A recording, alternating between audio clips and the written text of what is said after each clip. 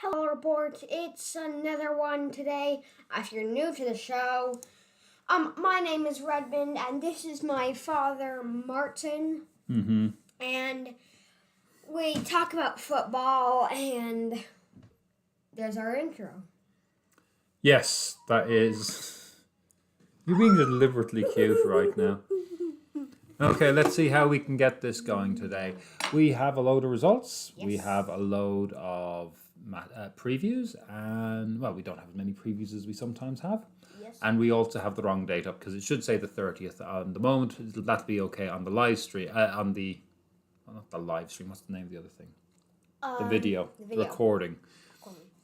But anyway, shall we crack on? What have you been up to this week or this weekend? Well, What do they need to know? Thumb out. I did not win the competition. That's like about 2 weeks ago now, isn't it? Yeah. Okay, so he didn't win last man standing, but he got to the final and to a replay of the final, which I think is pretty impressive. Yes, that is pretty impressive. Okay, any other news? Well, not really. Let's dig into this. Did anybody send you anything? Oh. Oh, eat that properly. Did anyone send you something? Athena sent me a card, I think. No, Sam. Sam sent me a scarf. Can you see it? He is now going to get the football scarf. This was not pre-scripted, as you can imagine. This is something I just thought, give credit to the man or the boy who got you that nice thing. Close the door properly and you can wear the scarf through the show. It's the St. Patrick's Day scarf that the team he plays for in our local team, Louisville City. which is normally not upside down. Here is. Sit your arse down. It's only on the front side, the back side one. Yeah, very good. Now, do you want to wear it for the show? Okay. Yes. There you go, boys and girls, ladies and gentlemen. Good.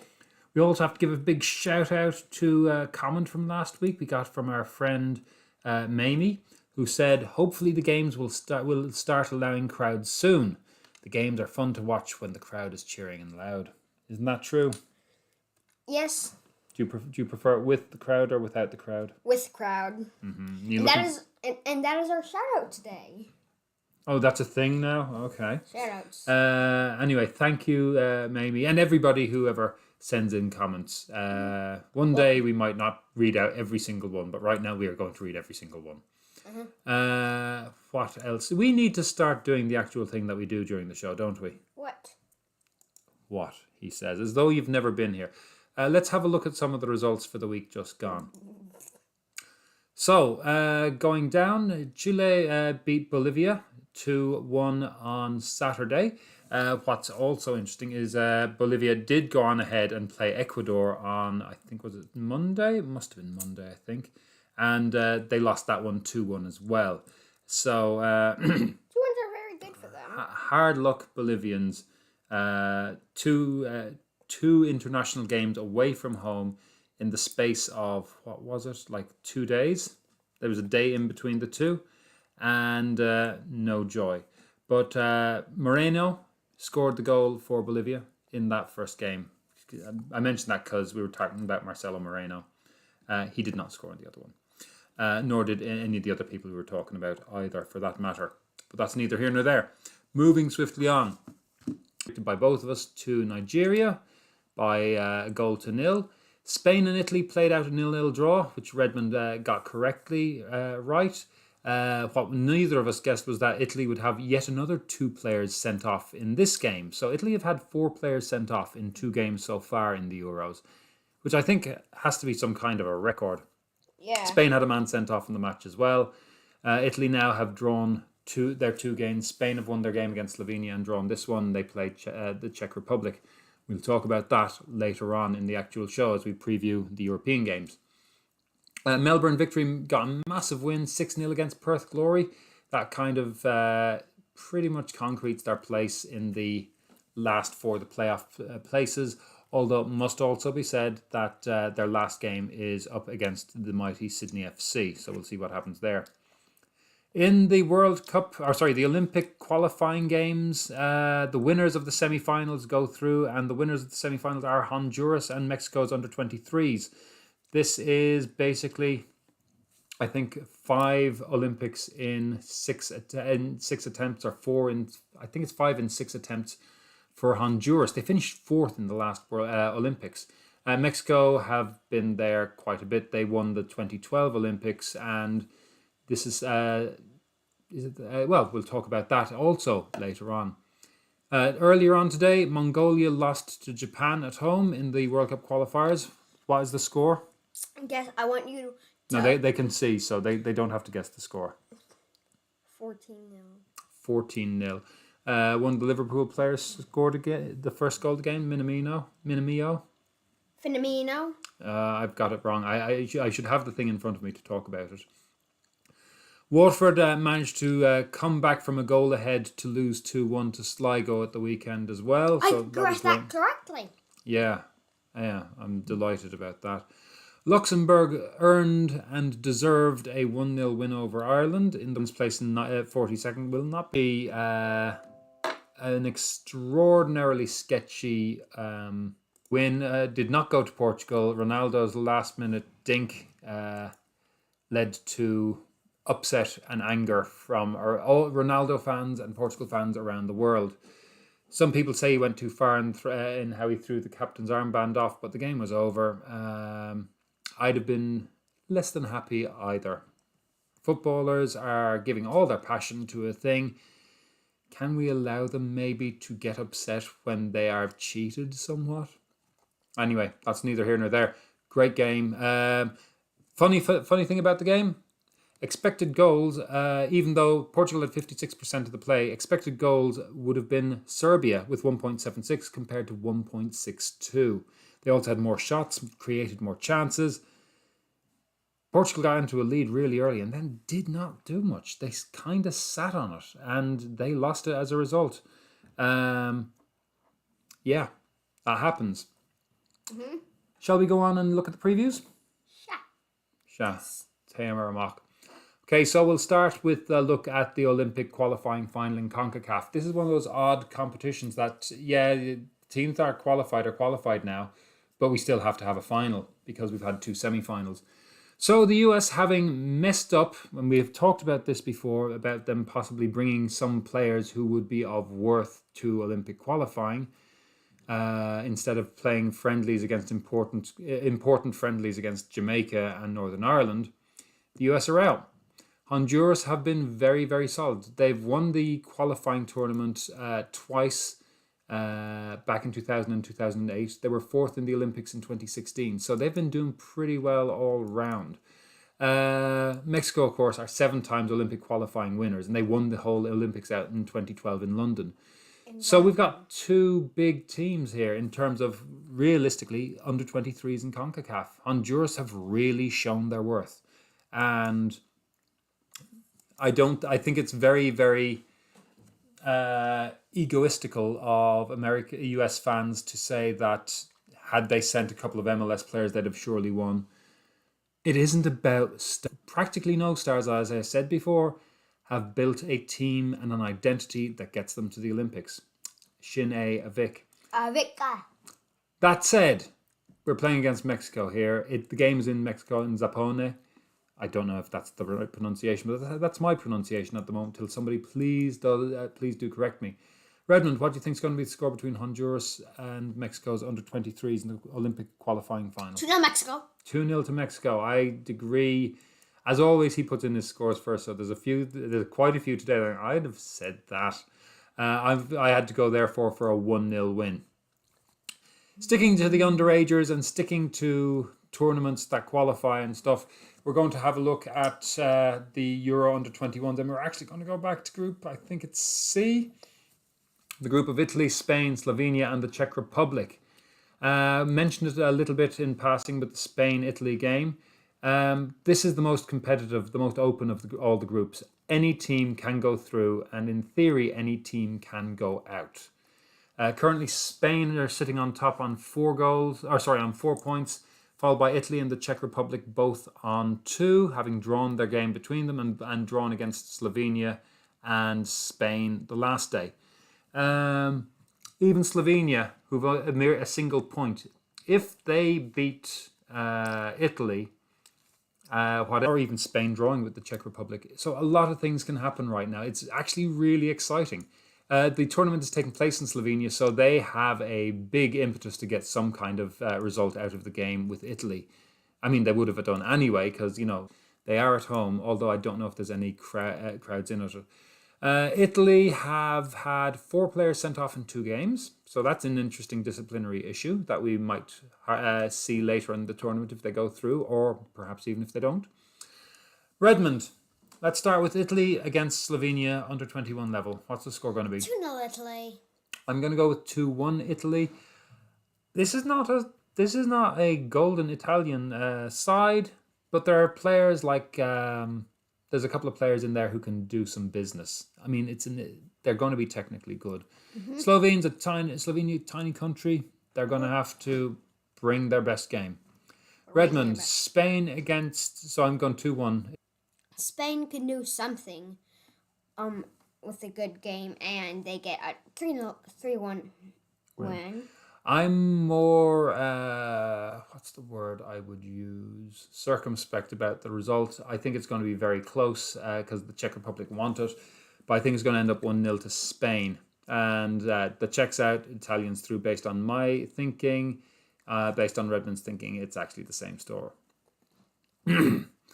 Moving south, we're going to Africa now. Guinea-Bissau play Congo in the African Cup of Nations qualifying rounds. We have the 119th team in the world playing the That's hardly the 19th team in the world. No, it isn't. The 92nd team in the world. I see the error of my ways.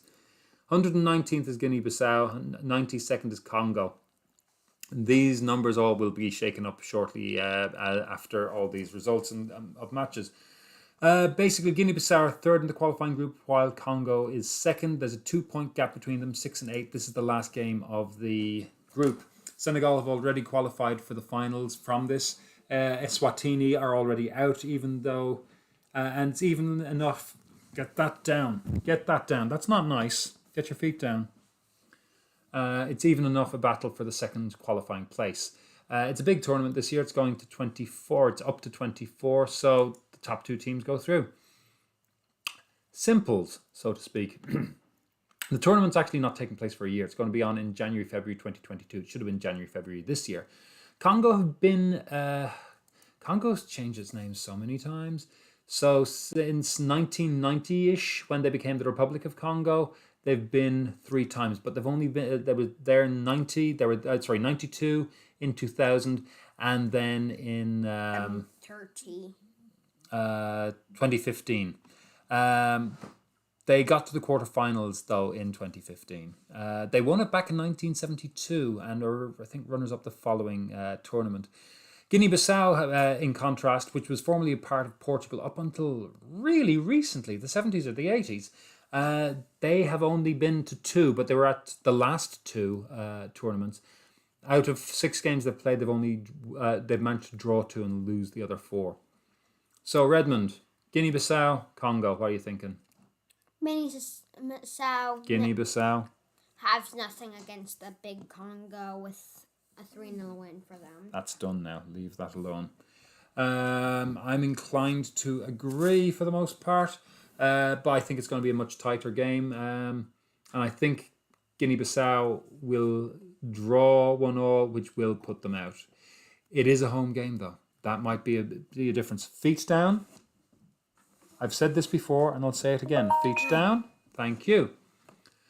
Where are we going now? We are going to take that away. Stop messing with your big Kiwi hands. Sit. We're nearly there. We're not too far to go. Going to South America now. We're going to the Colombian League, and this is is this mislisted? Yeah, no, this is rightly listed at the end. America de Cali against Millonarios, 2 big teams in Colombia, we have the second and third, or joint second, third, whatever way you want to put it, most successful teams in the league. They've both managed to get 15 league wins over the years, compared to Athletic Nacional, who've won it 16 times and is the most successful. Currently, this is a game between 9th and 4th in the division. 22nd place against 22 points against 26 points.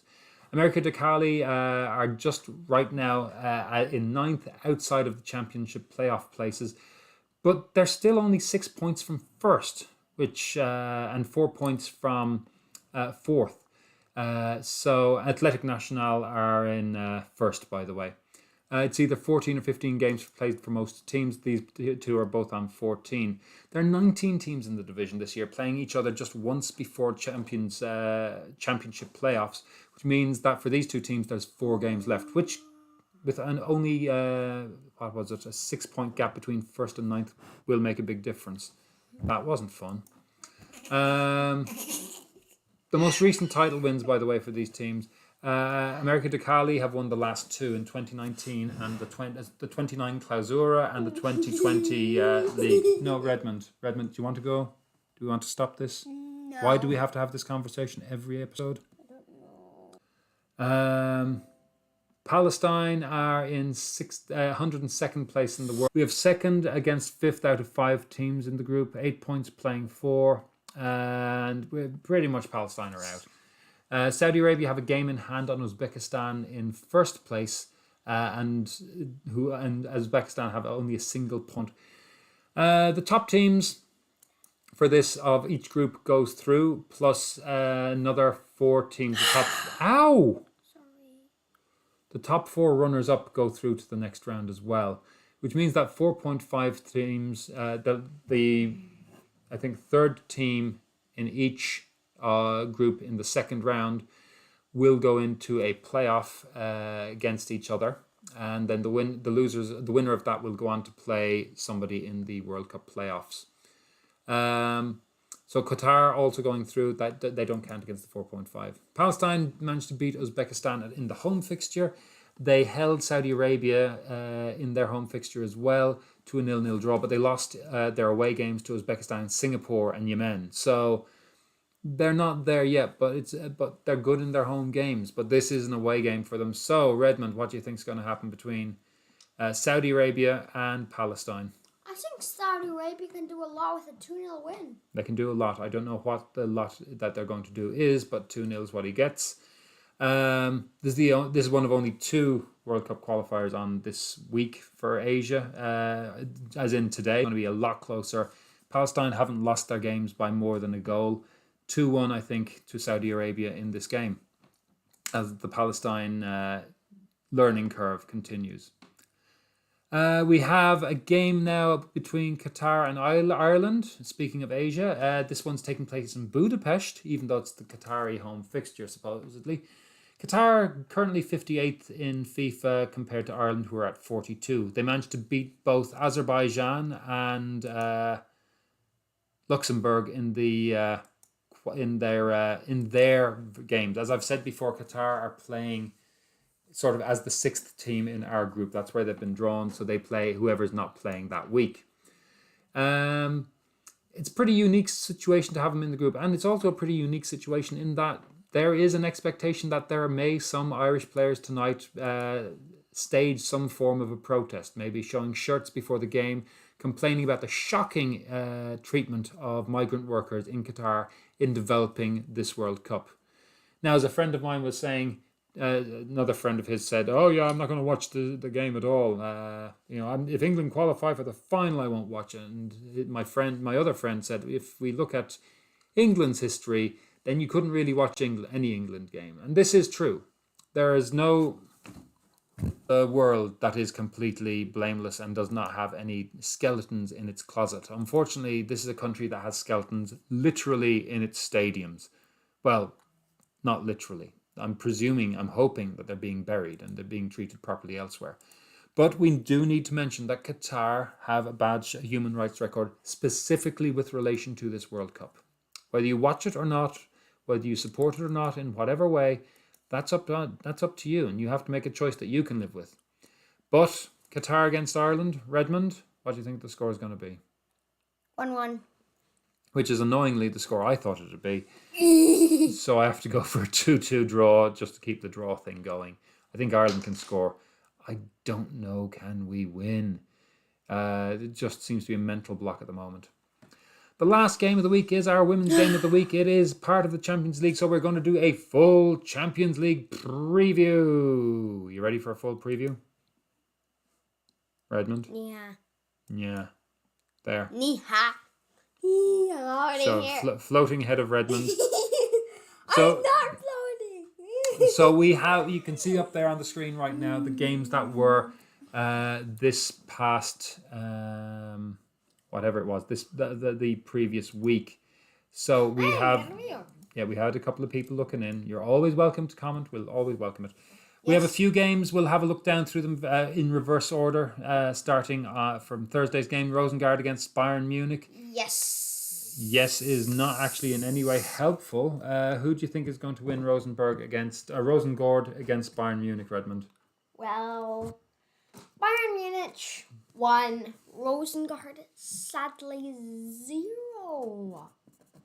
I think Bayern Munich will probably win as well. They're a very, very, very strong team, and amazingly, they've not gotten to the final yet in the Champions League, I don't think.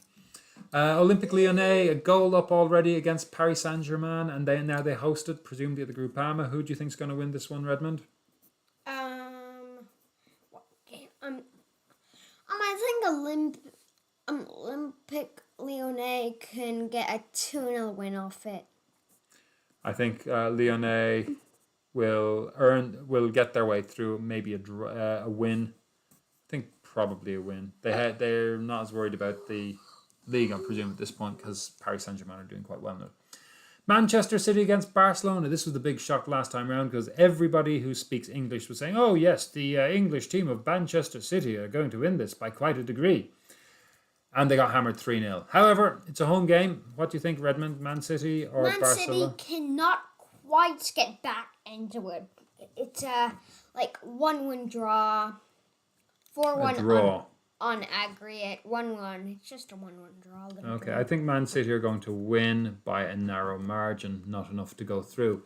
Finally, we get to Wolfsburg against Chelsea, and this is our featured game for the week because look at that score. 2-1, and the game is in Wolfsburg. Chelsea, it's not a bad result for them, but is it going to be enough against Wolfsburg, Redmond? Do you think that a 2-1 lead going to the away game is going to be enough for Chelsea? I don't think. You don't think? So. Oh, you don't think so? Okay, well... I think Chelsea can score a goal, but Wolfsburg get a goal also. So what's the score that you think it is compared to the score that you actually told me earlier? What? 1. Okay, so when you see it come up that his prediction is 2-1, it's actually 1-1 because Redmond changes his mind. No, 2-1 to Chelsea, actually. Why, oh why do I say anything out loud? Feet down! Wolfsburg, I think, have the power. They have the home game, and they have... I presume the game is at home. Let me check for a moment. But by and large, I think Wolfsburg have the winning of this. The English teams are not quite what everybody seemed to think they were. They're not almighty and all-powerful, as is the case, honestly, in the Champions League. Yeah. Stop whatever it is you are at. Nothing. It doesn't sound like that.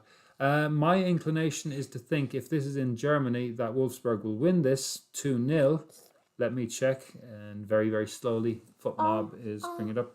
Nope, this is taking place in... Chelsea. No, it's taking place in Hungary.